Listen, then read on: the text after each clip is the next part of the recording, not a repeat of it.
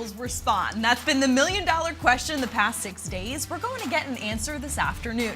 It was a nonstop week at the NovaCare complex. The Birds flew to Indianapolis with 2 new defensive tackles down their starting tight end with the hunger to return to the win column. Sirianni, for his part, will return to the place that launched him into a head coaching position. How will he and Hurts lead this group through adversity? Buckle up, Eagles fans. It's about to go down. Welcome to the Kickoff Show, presented by Little Caesars. I'm Ella DiGiovanni, joined by Fran Duffy. What a week, a quick one, but now we're back here on Sunday at 1 o'clock. It feels like so long since the Eagles played a 1 o'clock game on a Sunday. Yeah, 6 days since the Eagles have played and just a flurry of moves. Like you said, it feels like a while since we've had this 1 o'clock start date, but a lot to get through before we get to kickoff. It was a short week, like I said, and it sure was a busy one. Dallas Goedert and Marlon Tuipulotu were placed on the IR. The Eagles signed 2 veteran defensive tackles in Linval Joseph and Ndamukong Suh, each to a 1-year deal. We'll dig into these additions later on in the show, but Fran, what's your initial thoughts on these moves? I think it further speaks to the priority that this organization places on the line of scrimmage, and you could see the 3 key moves on both sides going in and out from this Eagles roster. But when you look at the addition of Ndamukong Suh and Linval Joseph to help with the loss of Marlon Tuipulotu, the loss of Jordan Davis, really kind of mitigate the loss of those 2 players. But the Eagles, they are stressing the line of scrimmage, and that is a tale as old as time. Well, on Monday night, the Washington Commanders handed the Eagles their first loss of the season. Here was Sirianni's message to the team in order to bounce back against the Colts. Let's get back to work. Let's fix the mistakes that we had, and let's make sure that we're detailed in our process. And you know, every day, just don't think about tomorrow, don't think about the next day. Same message every week, you know, really. And you find different ways to say that, and just to make sure that everybody understands, we got to go back to work. We got to get better. We win, we got to get better. We lose, we got to get better. Is the process right? Keep going. The Eagles offense should be feeling a little more fresh than the defense. They were on the field Monday night for not even 20 minutes. The Commanders completely dominating time of possession, but they're going up against a top 5 defense in the Colts, so they'll certainly have their hands full, Fran. You know, I haven't thought about it from that angle, that the Eagles offense was not on the field that much, so they should be fresher here for this game at Lucas Oil Stadium. But to me, you know, Ella, if our listeners, if our viewers here were watching the post-game show with the 2 of us and with Ike Reese after Monday night's loss, they would have heard us talk about the offense and say, yeah, there's plenty of blame to go around. This was not a defensive loss for this team last Monday night, and Nick Sirianni echoed that message, that this offense, they could not get into a good rhythm. 3 turnovers in the first 3 quarters of this game. You get 3 3-and-outs as well, and so, yeah, the defense, not their best night, but the offense, they have plenty to shake through as well. We'll see how they're able to rebound here this afternoon against Indianapolis. Well, that rebound starts with the leader of this team in Jalen Hurts. He hasn't had consecutive losses since weeks 6 and 7 of 2021. He's certainly not going to want to repeat here this week, but I thought the overall message throughout the week was, yeah, we lost a game, but it's the NFL, and you're going to lose a football game. Yep. There wasn't much panic. The guys were super loose in the locker room. Music was blasting. There seemed to be just kind of a very clear direction on how to move forward, and that we're just being aggressive and attacking the details like we do every single week, not changing anything, Fran. I think that's the key. They didn't change anything about the process. And that's the thing, is that all through those wins, through that win streak to start the season, we talked about how it is a 1-week mentality, and that works both ways. Yeah, you're not going to get too high with wins, and you're not going to get too low with losses. And Jalen Hurts, the man on your screen right there, he is the epitome of that statement. And obviously Jason Kelce, another big proponent of that mindset. And I think that's always going to be the case here with Jalen. Just something to keep in mind here, and something I'm going to be watching early on in this game when it comes to the Eagles passing game, Ella. What is this secondary going to look like here for the Indianapolis Colts? Gus Bradley is the defensive coordinator. He has always made a living on these one-high schemes where you have a free safety that's playing deep and a strong safety roll to the box. That creates very specific throwing windows for a quarterback in zone coverage. Well, last week, they went the opposite of that. They played a little bit more two-high safety. So what I'll be interested to see from the Eagles and Jalen Hurts in this game, any plays they run in the opening 15 and that opening script, I think those are going to be kind of testing this Colts defense. How do they react to this? What are they going to show from a coverage standpoint? How do we take advantage of it later? That's something I'll be watching here. I just want to give our viewers a little bit of an idea into the sickness that I present as I'm watching these games. This is an awesome shot, I just have to say, of Lucas Oil Stadium. Our crew from Eagles Entertainment doing a great job out there in Indianapolis, but really it's so cool to just see Jalen Hurts kind of in that view next to Jason Kelce warming up, because they are the core of this team, and they are going to be what brings this team through adversity. But speaking of adversity, as we mentioned at the top of the show, tight end Dallas Goedert was placed on IR, missing a minimum of 4 weeks. Here's what Hurts had to say about overcoming the absence of his star tight end. Just taking advantage of opportunities when they come their way. That's all of us. I really admire this team. I admire the individuals on this team because every individual on this team looked themselves in the mirror and they held complete accountability on themselves for how they could have done something better. And not only after a loss, but that is after the joyous moments. That is after every game. So that is something that I admire about this team. I admire that about the individuals on this team and the mentality that we've grown to have as a collective group. And I think when the opportunity comes, I will always trust them to take advantage of the opportunities, just as they'll trust me to, make it happen. So it's a team thing. It's next man up in the tight end room. Next in line is Jack Stoll. 49 receiving yards on the year so far, but that doesn't tell the story of who Jack Stoll is as a player. It only makes sense that the backup tight end has 49 receiving yards this season because they haven't really needed him that much as a pass catcher. We spoke to him in the locker room at length this week. Him and Grant Calcaterra, very popular players in the locker room this week, as you can imagine.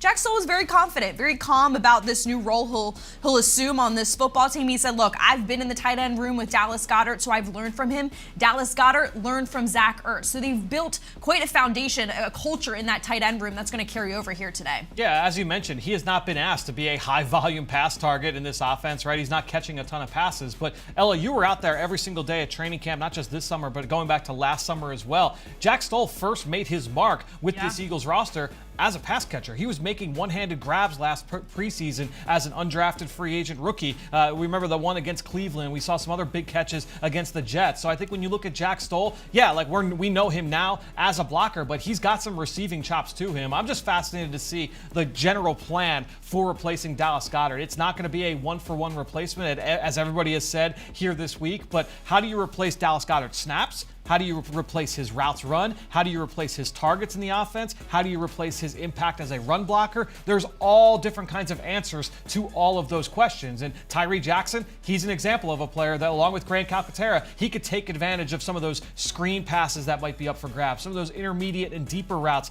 that are up for grabs. As a blocker, maybe you're leaning more into Stoll or some extra offensive line sets. As in the RPO game, maybe that's more Zach Pascal and Jack Stoll. I think it's just going to be fascinating to see what the Eagles' plan of attack is here this afternoon at this position. It is good to see Tyree Jackson active today, finally making his return after suffering that season-ending injury last season. We started to see little glimpses of what he could be last year. He is making that transition to the tight end position as a whole. He's never played the position before.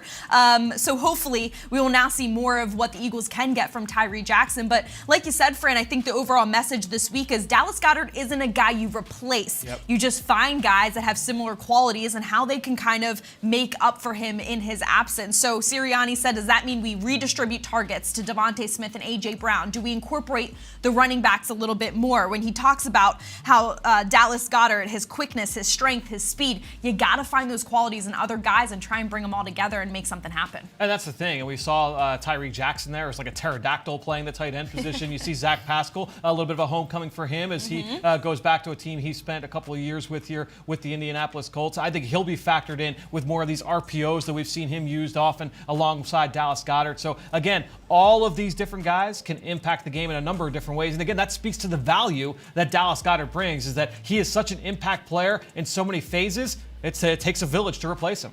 Well, Jack Stoll, as he fielded all of those questions this week about his readiness to be the guy, here's what he had to say.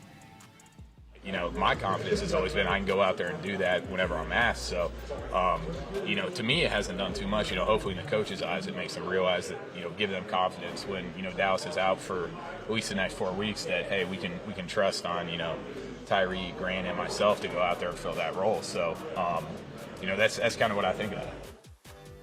Monday night was a quiet night for the wide receivers. A.J. Brown, though, is very familiar with the Indianapolis Colts for all the time he spent with Tennessee. He even called Lucas Oil Stadium one of his favorite places to play. How do you anticipate their roles to adjust? We spoke about it a little bit just a bit ago, to adjust without Dallas Goedert. Well, two things about A.J. Brown. Number one, that was one thing that stood out to me, Ella, was going back and watching his Titans tape, is that whenever they played a team in the AFC South, those division games with him with the Titans, he obliterated those teams from the AFC South. So that absolutely stood out to me. Number two, it was very clear that A.J. Brown was not his normal self on Monday night. That ankle injury that he suffered on the opening drive, that first catch that he made, his only catch of the night, that hurt him throughout the course of the night. And credit to him for gutting out that performance. It seems like he is more healthy here for this one. But when you look at A.J. Brown and Devontae Smith, I'm going to talk about it a little bit later. I think there are matchups to be won against this Colts secondary. If they play a lot of cover three with that single high safety in the middle of the field, that means you're going to get essentially one-on-one coverage for A.J. and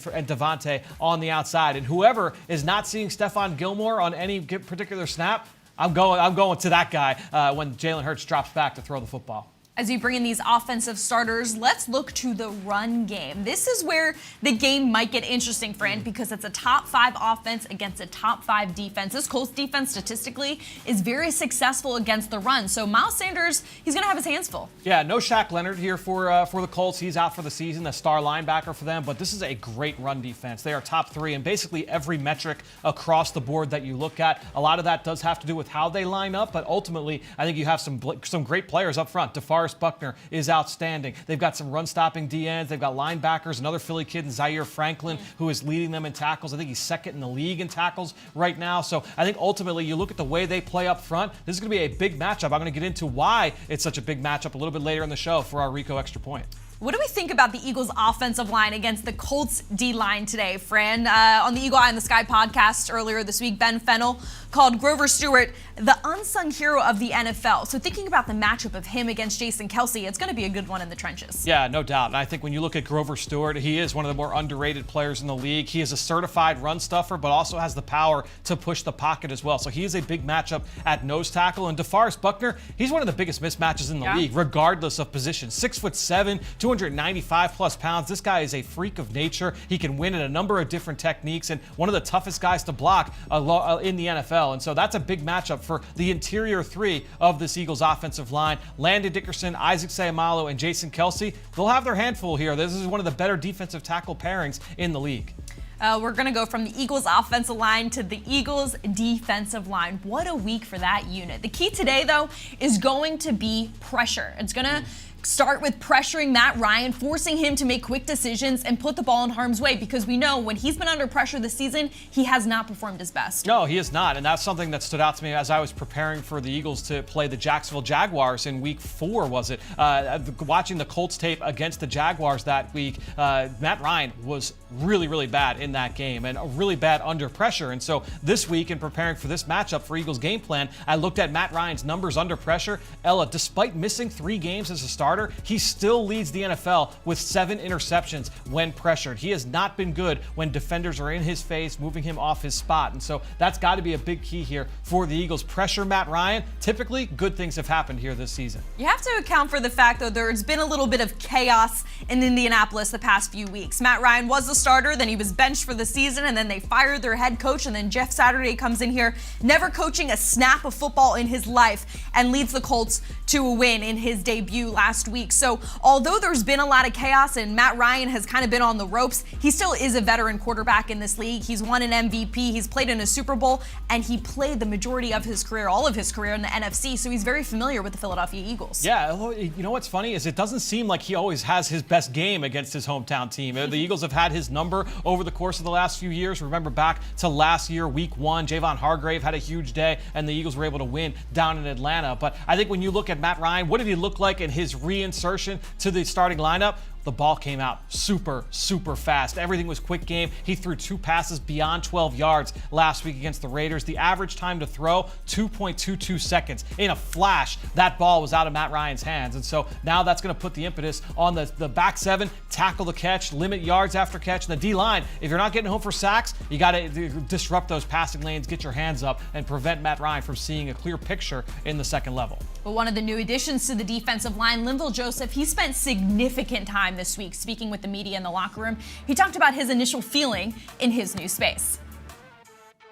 Just the opportunity to actually be able to play and a great all-around team here. And I've been here one day, and it just felt like I've been here the whole time since we started the season. So, like I said, I just want to keep growing and just help this team as much as I can. He's a true veteran in the NFL. And of course, as an NFL player, you never want to miss time. You never want to be out of the game. He hasn't obviously played in quite some time, but he said he feels the best he has in 3 years, which is pretty significant when you have so much tread on the tires.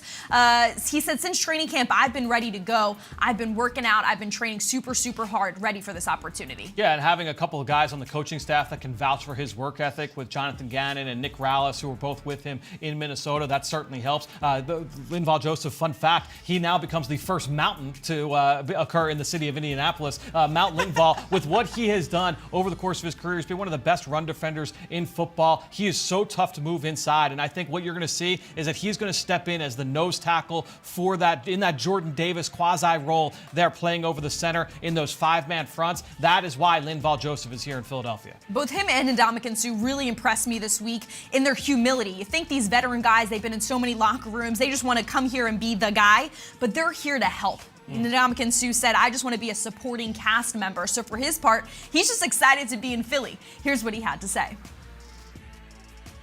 This building's amazing. I've obviously been here before. It's a special place. I'll say that. And like I said, I enjoy this town. I've had family friends that have coached for the 76ers and been in and around the city. It's an ultimate sports town, and I'm happy to be here and be able to be a part of that.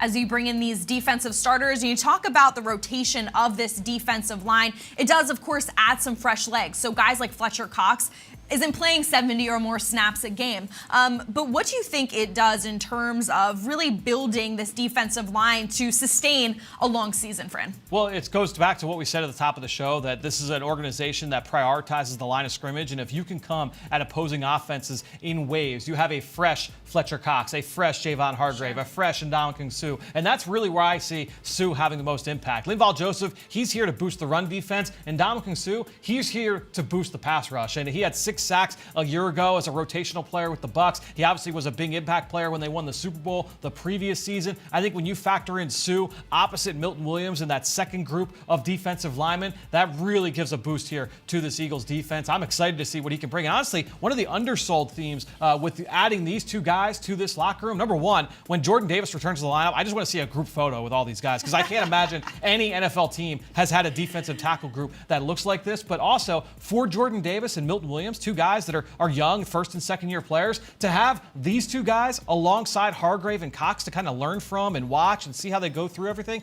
that is huge for those two young players still making their way here in the league. Ndamukong Suh too said this week, he said, I've played basically every scheme in the NFL. It's just a matter of understanding the terminology that goes on here in Philadelphia. And so I'll be interested to see how much we see of both of them today. I know they've been hitting the playbooks really, really hard, but it is a bit of a process to kind of transition them into what happens in Philadelphia on the defensive side of the football, experienced or not. Yeah, and that's where, too, the familiarity steps in. I talked about that with Linval Joseph. Well, with Ndamukong Suh, he's able to get up to speed and play so fast because he's got some familiar faces here in Philadelphia as well. The relationship he has with Darius Slay, the relationship he has with Eagles defensive ends, outside linebackers coach Jeremiah Washburn. The two were together in Detroit for a long, long time. And so I think having that familiar face in the building, that certainly helps with the adjustment as well. Well, Slay offered Suh his house, so I'll keep you up to date on if they become roommates or not. JG says it takes all 11 guys to stop the run. How do you see the DBs having an impact today on that as well? Well, I think the big thing is when you play the way that the Eagles do on the back end, where you're going to play with lighter boxes, you need your defensive backs to be able to insert fast. And so when you have a new addition, say like a Josiah Scott stepping in for Avonte Maddox, who went on injury reserve last Monday and now is going to be out for 3 more games at least, I think when you look at that, when you have new players step in, you just want them to get up to speed in terms of inserting into the run fit as fast as possible, proper angles, proper run fits. I'm not saying that was like a big reason why the Eagles gave up that many yards last week, but I think that is certainly something you're looking for from the DBs, is you have to find ways to get downhill fast. How do you have seen this team try to adjust with the absence of Avonte Maddox. He missed a game or two earlier in the season. Now he's out for more significant time. But the way that C.J. Gardner-Johnson, of course, leading the NFL in interceptions, has really stepped in. And then, of course, the season Marcus Epps has been having. How has that kind of tandem really filled, I don't want to say filled the shoes of Avonte Maddox, that's a hard thing to do, but really have compensated for his absence? Yeah, I think the big thing is that just having that versatility on the back end to say, okay, when we want to go to our regular nickel, we've got Josiah Scott, but Marcus Epps having that season that he is having, that allows the Eagles to go into big nickel with 3 safety packages. We saw them do that against Houston in the second half, where Marcus Epps, he came down and played more in the slot, and Kayvon Wallace stepped in as a deep safety opposite C.J. Gardner-Johnson. That's something we could see as well for this defense in the next couple weeks. As this team huddles up and heads into the locker room, Fran, what are your 3 things to watch? Well, for me, number 1, it starts with stopping Jonathan Taylor, and TJ Edwards is going to have a big hand in being able to do that. The Wisconsin connection between those 2 players, 2 former Badgers, but you have to stop Jonathan Taylor. Don't let him go off. The Colts offense, they know their bread is buttered through the run game and getting Taylor going. He had that 66-yard touchdown a week ago that really bust that game open, and so stop Jonathan Taylor. That is number 1 priority. But number 2, get off the field on 3rd down, and that was a big bugaboo for the team last Monday. Yeah, the running yard, that was a big thing, but ultimately, I think when you look at run defense in the NFL,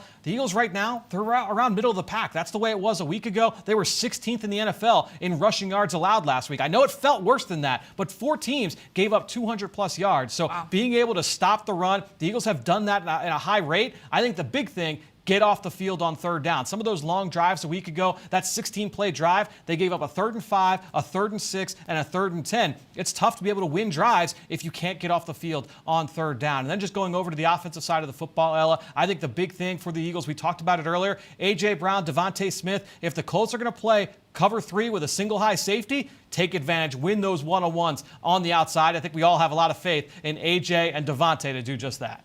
Well, with that, we're going to head over to Lucas Oil Stadium, where Eagles insider Dave Spadaro joins us live. Dave, it's a copycat league. Do you expect the Colts to have the same run-based attack that both the Texans and the Commanders used to find success over the Eagles? And if so, how do the Eagles adjust to that? Yeah, Ella, I really do, and we've discussed it for sure, you guys, all morning and then throughout the week. The Texans started it. The Commanders won a game with it. And really, the lack of negative plays is something that's really hurt the Eagles from a defensive standpoint, and they have to, in my opinion, today. Certainly the addition of Joseph and Sue help. Like, the Eagles are either going to dominate the line of scrimmage or they're going to be in a lot of trouble, because Jonathan Taylor last week, I think, in 50-plus offensive plays, only 2 negatives for the Indianapolis Colts. So today, for me, it's really about getting negative plays. It's about putting Matt Ryan in long situations, 2nd and long, 3rd and long, and then the Eagles have a chance. I know, Fran, you just made a great point about last week the Commanders, how they converted some 3rd and long situations, but for the most part, it was 3rd and manageable, and the Eagles will have to stop the run, or teams will continue to do that, not only today, but as you look ahead in the weeks to come, really good running attacks the Eagles will play. They've got to force some long situations, and to do that, you've got to create some negative plays. Dave, what's going to be the key to compensating for the loss of Dallas Goedert today? Yeah, I mean, a lot of personnel combinations. I really expect the Eagles to get the running backs a little bit more involved in the pass game. Maybe in the screen game, it's something they've had so much success with Dallas Goedert. Maybe you see a Boston Scott screen or something to Miles Sanders. And then also, you will see more 3 and 4 wide receiver sets, with Zach Pascal getting a couple more looks, with Quez Watkins getting some more looks. And as you say, Fran, winning one-on-one. The Colts show a lot of heavy boxes. They bring Rodney McLeod into the box to stop the run. I still think the Eagles are going to try to run the football, but I do believe they'll try to spread things out and try to get Rodney McLeod involved in space, in coverage. And if the Eagles can do that, that is a matchup advantage for Philadelphia, throwing against our old friend Rodney McLeod. All right, well, that was your Eagles insider Dave Spadaro live from Lucas Oil Stadium. Now it's time for the hard-hitting stuff, okay? Do the players prefer their chicken wings bone-in or boneless? Find out in this week's Social Spotlight, presented by Ponley Hockey. Oh my gosh. I mean, this is not even necessary to answer, I feel like, at this point. Oh, bone-in. Yeah, you can't go boneless. Boneless, that's not a chicken wing. It's a nugget. Boneless. Or bone-in. I prefer flats. Or bone-in. Oh, bone-in. The bone wings. Boneless wings don't exist, so it's a nonsensical question. Bone in easily. Oh, bone-in. Bone-in for sure. The flavor. Big burn-in guy. Gotta be burn-in. It's like asking me if I like Hornless unicorns? Yeah, this is a horse. Yeah. It's a completely different thing. Yeah. Bone in. Do people say boneless? Okay. Tell me who it is when they do. I like both, but I probably do boneless. Boneless wings ain't nothing but a damn chicken strip cut up. Boneless wings are for like children. If you want boneless, just order a chicken nugget. Bone in. That's a bad question. That's one way to put it. I know it's going to tick off a lot of people, but I'm just being real with you. Well, the good news is, Fran, if you're looking for some wings, our friends at Little Caesars, they also sell chicken wings. That's true. All right, the Kickoff Show is delivered by Little Caesars, proud partner of the Philadelphia Eagles. Order online during the Pizza pregame and get it delivered or pick up in store in the Pizza portal. Pizza.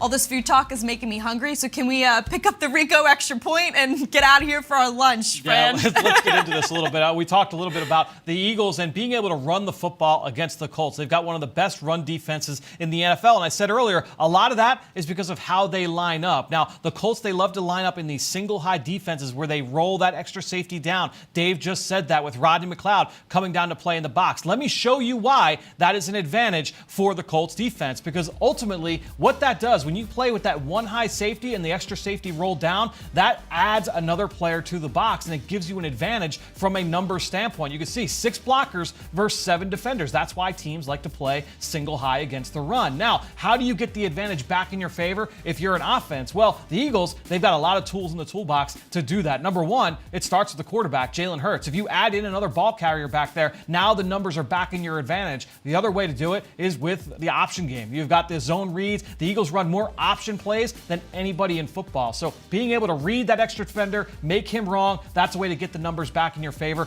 The Eagles have also used a lot more motion these last couple of weeks. That's a good way to occupy that extra defender, keep his eyes away from the ball and on that extra man. And then obviously the RPO game. The Eagles are one of the best RPO teams in football. If you've got the threat of a slant route or a stick route or anything else behind you, that can occupy that extra defender. And then we've talked about it all day so far, the one-on-one matchups. One good way to scare the Colts out of playing single high, start beating them over the top. And if you go bombs away, now they feel like they've got to back that extra safety off and say they're going to play with a little bit more split safety. I said earlier, last week against the Raiders, the Colts played a little bit more split safety, didn't roll that extra man down into the box as often. We'll see how they decide to defend the Eagles. If they do that early on, I think the Eagles will try and make them pay. All right, well, be sure to join us on the post-game show immediately following the game. We'll have instant analysis and highlights from Indy. We'll also provide live press conferences from Nick Sirianni, Jalen Hurts, and many more. Will the Colts get it done on the ground today? Is that the formula versus Philly? Or will the defense have a different idea on how the afternoon will go? We're getting close to kickoff, Eagles fans. Enjoy the game, and as always, go Birds.